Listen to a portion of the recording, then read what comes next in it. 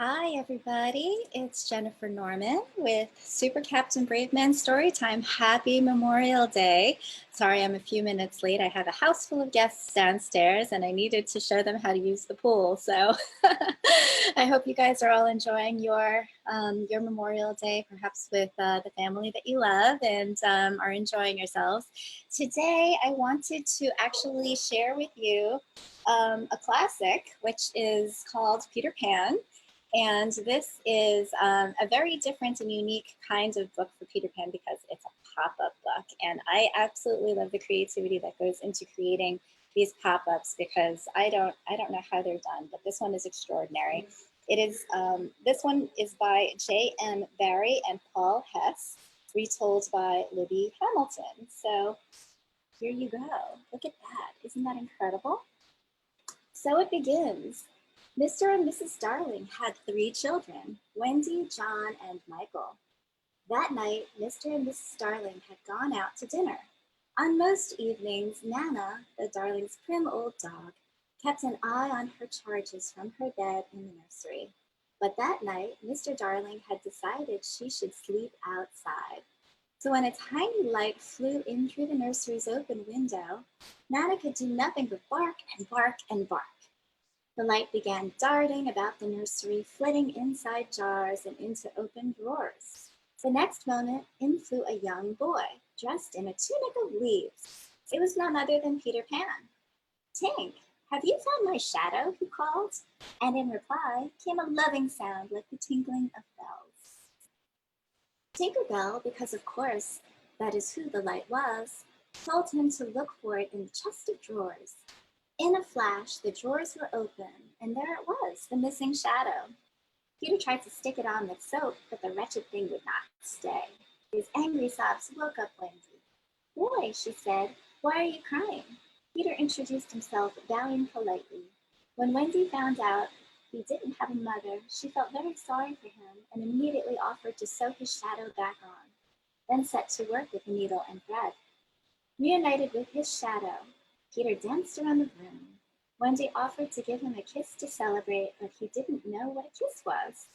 So that he would not feel silly, Wendy told Peter her thimble was a kiss and gave it to him. He looked at it for a moment and then solemnly gave Wendy an acorn in return, which she hung around her neck. Peter told Wendy all about his home, a place called Neverland, full of fairies and mermaids and pirates, and his loyal band of friends, the Lost Boys. He introduced Tinker Bell, who called her a great ugly girl, but luckily Wendy couldn't understand fairy language. Peter said he had lost his shadow when he came to the nursery to hear a bedtime story. When Wendy said that she knew many stories herself, he begged her to come back to Neverland with him. At first she said no, but when John and Michael woke up and found out Peter could teach them how to fly, it was all decided. He sprinkled fairy dust on them and told them to think happy thoughts. Nothing happened at first, but with a little practice, and I'm sorry to say, they had a second thought for their poor parents, the children zoomed up and out the nursery window.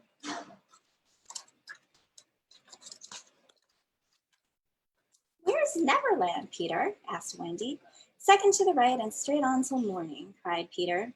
But as they flew across the sleeping city and out over the sea, it became clear that the journey would take them much longer than a night. Sometimes it was dark and sometimes it was light, but none of them knew how long they flew. "There it is," said Peter at last, "where all the arrows are pointing." And indeed, the sun was pointing a million golden arrows at an island. They had finally reached Neverland. The children pointed out places they knew from dreams, and Peter told them of a pirate leader, Captain Hook. "He was Blackbeard's bosun," said Peter, "and he had a fearsome hook where his right hand should be. The only thing that he's afraid of is a crocodile who ate the hand. It took a liking to him and follows him about, trying to eat the rest of him. Luckily for Hook, the crocodile also swallowed a clock, so you can always tell when it's nearing from the ticking." Just then, Tinker Bell told Peter that the pirates had seen them and were aiming to shoot them with Long Tom, their biggest gun. Because her fairy light might give away their position, Tink hid in John's hat, which Wendy carried. Suddenly, there was the most tremendous crash. Long Tom blew the little group apart. The wind from the shot blasted John and Michael one way, Wendy another, and Peter far out to sea. Wendy and Tink decided to fly towards Peter's house. The fairy was so jealous of her because the big girl knew all sorts of stories and was now Peter's favorite. But she began pinching poor Wendy until she cried. Far below, all the Lost Boys, Toodles, Curly, Slightly, the twins, and Nibs, were waiting for Peter to come home and heard Wendy's cries. "A great white bird is flying this way," shouted Nibs. "What kind of bird, do you think?" asked Slightly. "I don't know," said Nibs, "but it's making an awful din." Now they could also hear Tinker Bell's shrill voice say, "Peter wants you to shoot Wendy." "I think there are birds called Wendy's," said Curly eagerly. Toodles had his bow and arrow with him. "Out of the way, Tink," he cried, and fired. The arrow hit its target, and Wendy fluttered to the ground. A terrible silence fell upon the wood. "This is no bird," said Slightly. "I think it must be a lady." "Peter must have brought her," said Curly. "A lady to take care of us, and you killed her." It was just at this tragic moment that Peter arrived. "I'm back, boys," he cried. "Why don't you all cheer? I've brought a mother for you all at last." But no boy made a sound. "Have you seen her?" "I will show you, Peter," said Toodles quietly. Peter knelt down beside Wendy and picked up the arrow. "Whose arrow?" he said sternly. "Mine, Peter," said Toodles. Peter raised his fist, but something stopped him. It was Wendy. She had raised her arm to stop Peter's hand. "The Wendy lives!" cried Nibs. "Look," said Peter, pointing at the acorn that hung around Wendy's neck. "The arrow struck the kiss I gave her, and it saved her life." The home underground. Peter begged Wendy to get better quickly so he could show her the wonders of Neverland, but she could not answer because she was winded by the fall. When the boys told Peter of Tink's crime, he looked very stern. "Listen, Tinker Bell," he cried. "I'm not your friend anymore. Go from here forever." Tink flew to his shoulder and begged, and when Wendy raised her arm again to plead for the fairy, Peter gave in and said it would only be for a week. "But what should be done with Wendy?" "Let's carry her into our home," said Curly. "No," said Peter, "she's too ill. We must build a house around her. Boys, bring all the best things from our home." Just then, John and Michael found the little gathering and were put to work too. The boys made walls from branches, a mossy roof, and yellow leaf curtains from the windows. The sole of Toodle's shoe became the door knocker, and John's hat the chimney. After Wendy had rested for a little while, the boys knocked on her door. When she came outside, they all went down on their knees and cried, "Oh, Wendy lady, be our mother." Wendy wasn't sure. She had never been a mother, but Peter said that they just needed a nice motherly person, which was exactly what Wendy was, so she agreed. The next day, Peter measured Wendy, John, and Michael for their own hollow trees. The only way to get into the home was underground. Each tree had to fit its owner perfectly, or else they couldn't get up and down. Once you were fitted, you drew in your breath at the top, and down you went into the secret house. To get back up, you had to breathe out and wriggle back up. And so the darling children began their life in the home under the trees. It was really one large room with a huge never tree growing in the middle. Every morning, the boys saw through the trunk, making it level with the floor. And by tea time, it was always 2 feet high, so it was a perfect dinner table. At night, they let down a huge bed, and the boys slept in it like sardines in a tin. Tink slept in her little home, a shelf in the wall, decorated in the height of fairy fashion. Everyone was happy in the home under the trees. Adventures happened daily, and to tell them all would need a book as large as a dictionary. But we do have just enough time for the tale of the Mermaids' Lagoon. It just so happens that the day Peter took Wendy to meet the mermaids would turn out to be one of their most exciting adventures. Wendy was disappointed to discover that mermaids were unfriendly creatures. When she got to the lagoon, the mermaids swam away, splashing her with their tails. She and the boys had just decided to sunbathe on Marooner's Rock instead when a strange sound floated across the lagoon.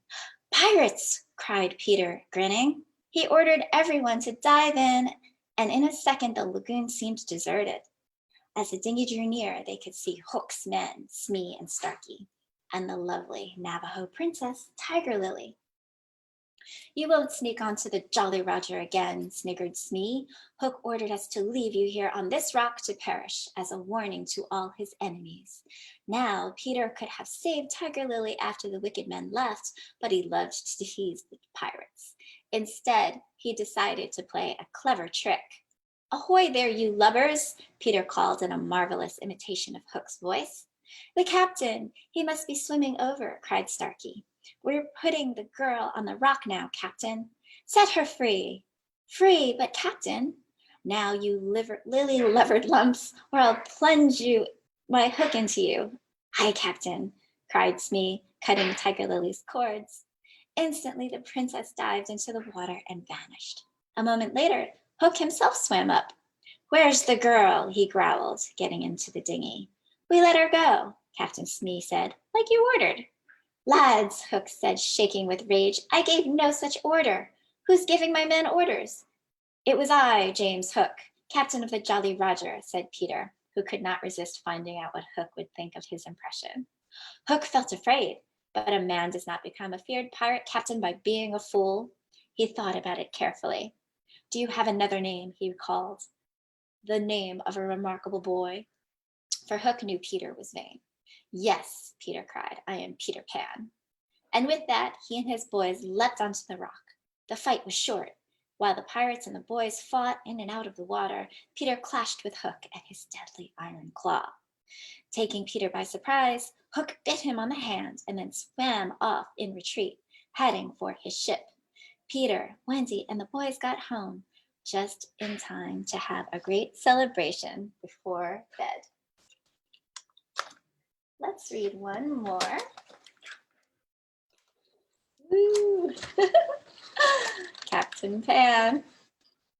Early the next morning, Peter and the Lost Boys were up and about. They put on pirate's clothes, the trousers cut off at the knee, and naturally Peter was ship captain. Toodles was made bosun, with Nibs and John as first and second mate. Peter's orders struck a very pirate-like note, and all hands cheered him heartily. It's time to take Wendy home, Peter told his crew. We sail for the Azores, and after that, it will save time if we fly. Many boys were in favor of turning pirate, but Peter ordered that it should be an honest boat. Though the general feeling was that he did so to lull Wendy's suspicions, no one would dare to question Captain Pan. But we must not say with the Jolly Roger. We must leave the children to their voyage and return to the sad home that Wendy, John, and Michael Duckling left so long ago. The return home. Back at home, Mr. Darling was asleep in the doghouse, his punishment for locking Nana out on that fateful night. And Mrs. Darling had fallen asleep in her chair and nursery. Now, we know that her children were ungrateful and had not thought of her often, but she couldn't help loving them still, and often sat near the open window, hoping that they would come back. All of a sudden, Peter appeared outside the window. The thought of Wendy leaving was so sad that he had changed his mind. Quick, Tink, he whispered, close the window. Wendy will think that her mother has forgotten her, so she will come back with us. Together, they pulled it shut, but when Peter peeped inside, he saw that there were 2 sad tears running down Mrs. Darling's cheeks.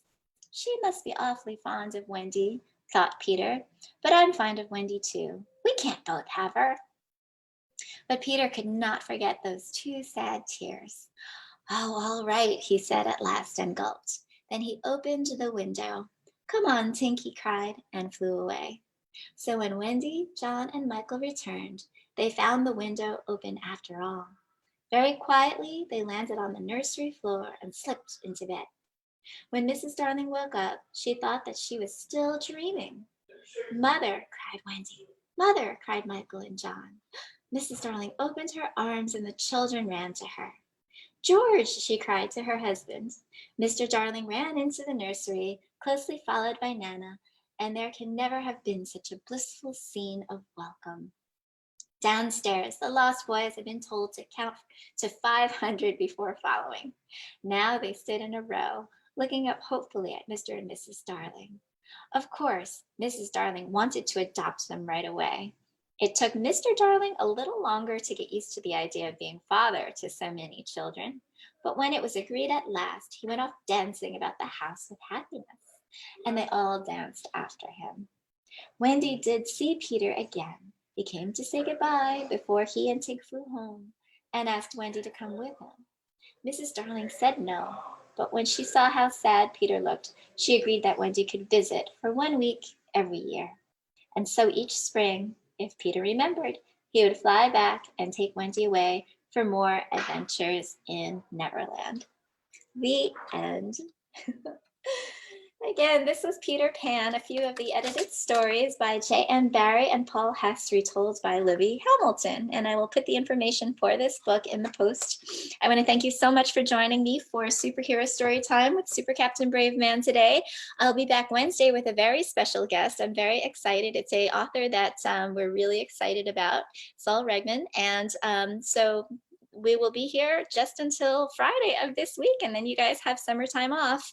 Thanks so much for watching, and I'll see you soon. Bye-bye.